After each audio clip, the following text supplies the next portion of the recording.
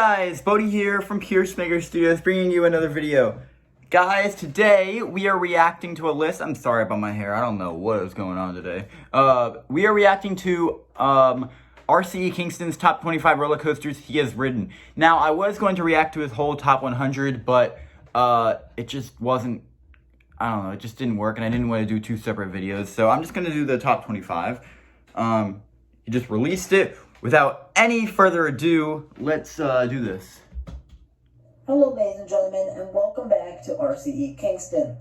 This is a video I've been wanting to make for a really long time, and this is my top 25 roller coasters list. Now, this list is, of course, my opinion. Yep. And you absolutely do not have to agree with my opinion. He told me that I'm definitely not going to agree, so let's see. I'm curious to know what you think of my list and to know your top 10 coasters. So be sure to leave a comment about what you think of my list. Yo, that's my shoes down there. So, yes, this is my opinion, and it is a very controversial one. But without, as it is with all lists, there are just a couple of contenders that just barely missed the cut. I swear. So, right now, before we get into the actual list, I'm going to show you 4 honorable mentions that just missed the list. Honorable mentions. Here we go. Manta, yeah. I could see that not making it.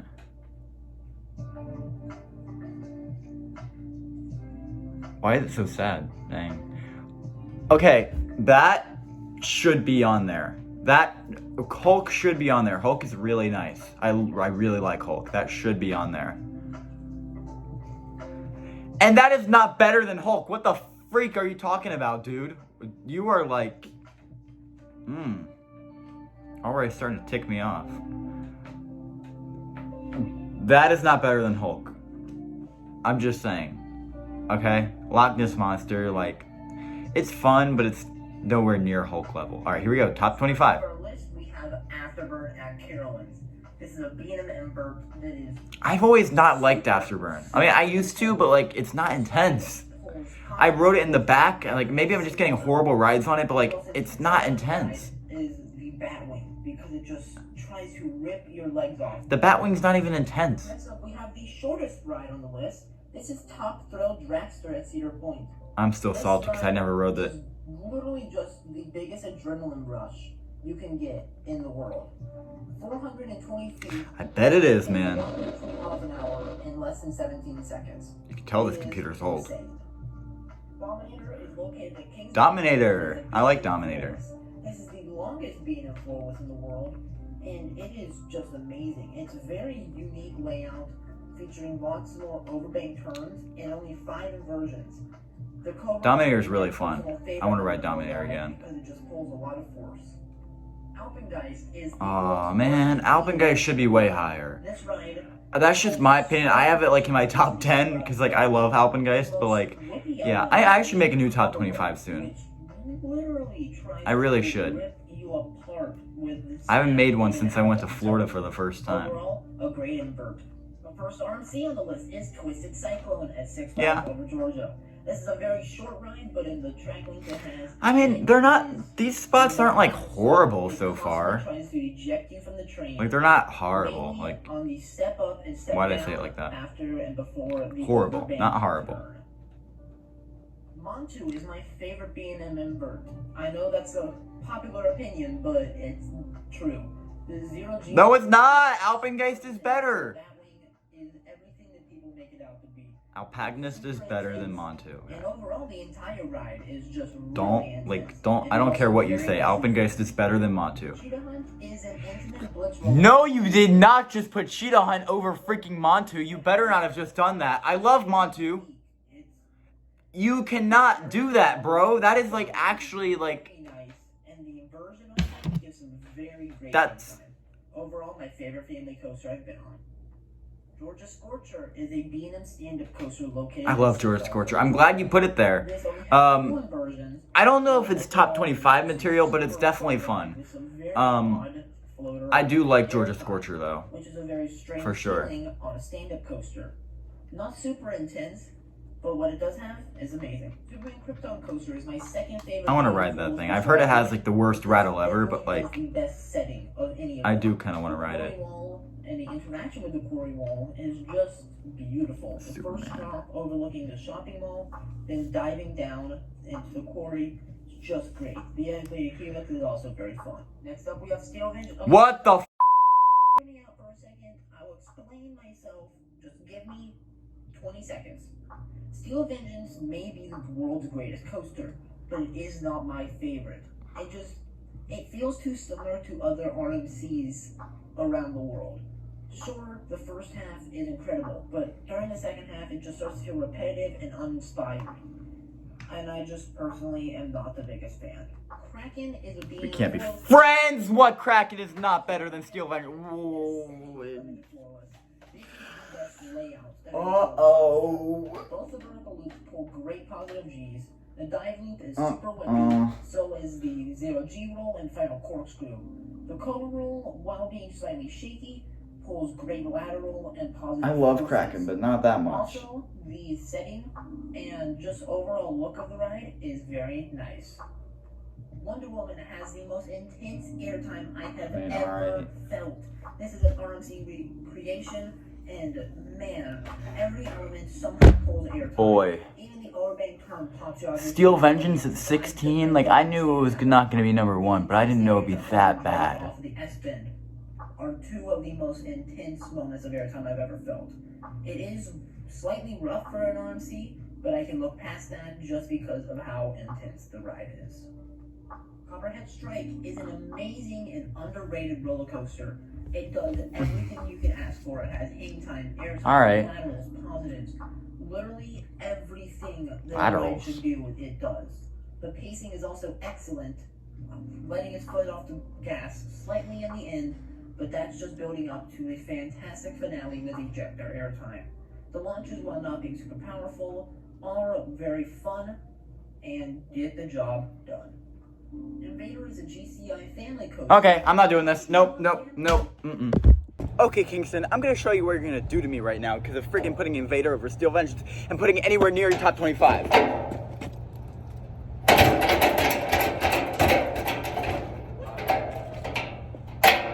Why? Bro, it literally doesn't have airtime, and Steel Vengeance like has like amounts of airtime. That thing like literally is trash. I can't even. No. You know what? Let's just finish this up. This ride is very, very fast-paced. It has some insane laterals, and while it's lacking a little bit on the airtime department, there is quite a few pops of airtime in the back row. And night rides on the same are something special. There is no okay, cool. Out where it's placed, and it's just so fast-paced in the night.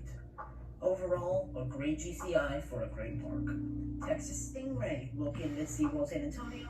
I swear, if you put friggin' Invader over that thing, I'm gonna lose it. Someone can ask for on GCI. You have fast flutter pops at the beginning and transitioning into small ejector moments. Bro, I'm like ruined after freaking Steel Vengeance. Amazing, having a great view of the central lake. And in the back row, the straight drop gives some very, very nice flutter airtime. The front row also isn't a slouch, so overall, a fantastic ride. Icebreaker is the most intense family coaster I have ever been on. While the family coaster name doesn't really fit it with the 54-inch height requirement. There you go. And the trains do bring it That's down what I'm talking about right there. Icebreaker is so good. This is one of the most intense airtime experiences you can have. While you can't get slightly skateboard, I can look past that for the insane jump. Not in the front row. Over the top hat and all the bunny hills. The quad launch is also the back row though. And has some shocking positive G-forces. Magnum XL200 is my favorite aero roller coaster. This is I agree with that, but I don't think it's number 9. I don't think it's better than Icebreaker. I love the ejector airtime that feels way too strong for its own good. Mainly and it's not better than Steel Vengeance either. On the massive camelback before the turnaround is very, very nice. I also love the turnaround, giving some weird laterals throughout. Overall, a great ride. Mako is the world's most overrated B&M. While that does not mean it's a bad ride, it's definitely not my favorite, being my second favorite hyper roller coaster. from the Bollinger and Mapillard manufacturer. This does have some amazing floater airtime, I'll give it that. The 5-second floater hill is just I have nothing to say. fantastic. But I do prefer the speed hill right before the mid-course to it. The speed hill gives close to ejector.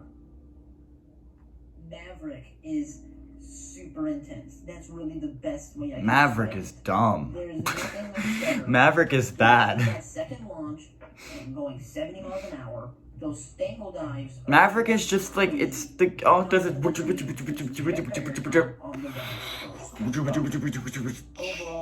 you get weird airtime in almost every The launches aren't even tense. Airtime hills give sustained ejector airtime. This was my favorite ride to Cedar Point. My favorite B&M Hyper roller coaster is Goliath at Six Flags Over Georgia. I think that's literally where I have it, number 6. I think that's literally where I put it on my list. It has so much floater airtime. It is insane. Every hill provides either super strong floater or weak ejector. The Helix is my favorite turnaround on any coaster. I agree. I'm not sure I want to say favorite turnaround, but like, it's definitely up there. Twisted Timbers is the best small scale RMC. Twisted Timbers. Alright, I love Twisted Timbers, but I don't... there's just something about it that I just hate. I don't know what it is. I mean, I love Twisted Timbers, but like, there's just something about it that makes me not want to put it up like that high. If you have some room between you and your restraint, you're going to be pretty much standing on those hills. But don't discount the Trick Track Double Up. That is one of the most intense moments of airtime on the planet. As well as the Outward Bank Turn is also very intense. The ending isn't the greatest with the snappy overbanks. I see that, yeah. It's definitely not the greatest at the end. Maybe that's what I just don't like.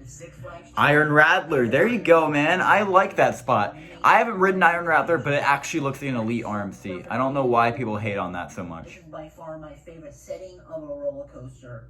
And while it doesn't look like much, and doesn't look like it has much airtime from off-ride, once you're on it, it is... What are you talking about? That thing looks so good. ...and out-of-control feeling experiences ever. That drop in the back row looks like probably the best drop ever. First drop with the double twist and every single, even the overbanks and all elements gives. The Corey drop looks kind of overrated though. Not gonna lie. This needs to be a bucket list coaster for any enthusiast or even if there's a thrill seeker.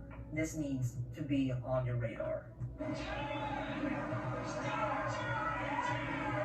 Today 305 was my #1 bucket list roller coaster for a while.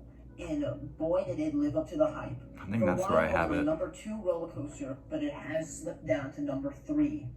This is the most intense roller coaster I have I know ever Iron Gwazi's ridden. #1. And one element you can rarely see, but needs to be talked about, is the very first low to the ground turn. I blacked out on this ride every single time. Oh, I know it's #2. And I did not. Alright, I can predict the rest of the list. #2 is gonna be Fury. I don't know if it's better. It's definitely not better than I-305. And then #1 is gonna be Iron Gwazi. Get lateral ejector airtime. Overall, super intense. Slotting in at the #2 spot, we have Fury 3. I love Fury. It's really just, it has like a bond with me that I just like I just, because it was my favorite roller coaster and it was like my first like real, like it was my first #1, you know? Oh, it's not. But it's really fun. It really moved up in my rankings last time I rode it. Good things to say about this thing. Like I can go on for hours. The only reason it isn't my #1 right now is because it has a slow helix that kind of throws off the ride's pacing in the end. Yeah. But I can forgive that because right after you get 2 of the strongest moments of airtime on any roller coaster. I think when I rode it in July of last year, it was just running bad that day. I don't know why. Because it was hot as hell, but I don't know why. We have Iron Gwazi. This is my absolute favorite roller coaster and probably the best roller coaster I've ever ridden. Every single element is a standout. There's not a single... Iron Gwazi's great. I don't think it's anywhere near #1 though. Well, I don't know about anywhere near, but like I don't think it's #1 at all. My favorite inversion I've ever been on. And my favorite moment on the ride. Definitely not. Either the first I think it's... The wave top turn 5, but I don't know about was top 3. Incredible outward banked turn. The wave turn is so intense, giving lateral ejector. Yeah. The wave turn was actually kind of like a letdown for me, to be honest. And the outward banked turn at the very start. My favorite part was the death roll. Overall, I just can't describe the experience on this ride. How massive it looks and how fast-paced it is. This is just the world's greatest roller coaster by far. Thank you so much for watching. It means the world to me that people actually enjoy watching my content. I did enjoy this video, actually. I really did enjoy it. It's just the rankings. Oh crap! I remember how intense that was on Manta. It is just incredible. I'll leave a shout out to Kennedy Coasters. I got most of the footage in this video from him. Be sure to go subscribe to him. I'll put his channel link in the description down below. And while you're down there, be sure to subscribe, leave a like, and a comment. And I will see you in the next video. Peace out. Yeah, I mean, it was a great video. Definitely very well produced. I'm glad it took a while to get out, and I definitely see why. The spots for me just really, they're just not my spots. I mean, everything was all right except for that like Steel Vengeance part. That was just like, no. But yeah, overall, great video, man. I'll put a link in the description to RCE Kingston's channel in the description. I might put it on the end screen if I don't forget. But yeah, all right, guys. Thank you guys so much for watching, and slay.